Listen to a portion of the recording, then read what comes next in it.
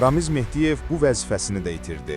Ramiz Mehdiyev Dövlət Dil Komissiyası sədrinin müavini vəzifəsindən azad olunub. Gözaltı APA-ya istinadən xəbər verir ki, bununla bağlı müvafiq sərəncam noyabrın 12-sində imzalanıb.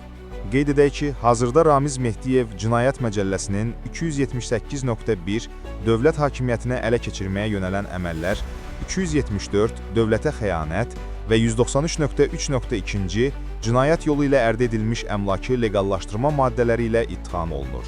Bakı şəhəri Səbail rayon məhkəməsi Mehdiyev Ramiz Ənvəroğlu barədə cinayət işi üzrə bu il oktyabrın 14-də qərar qəbul edib. Qərara əsasən, məhkəmə xüsusilə ağır cinayət əməllərinə görə cinayət məsuliyyətinə cəlb edilmiş Ramiz Mehdiyev barədə verilmiş vəsatəti təmin edərək 4 ay müddətinə ev dustaqlığı qətimkan tədbiri seçib. Ramiz Ənvəroğlu Mehdiyev Azərbaycan Respublikası Təhlükəsizlik Şurasının üzvlüyündən də azad edilib. Gündəlik hadisələrdən xəbərdar olmaq üçün bizi izləyin.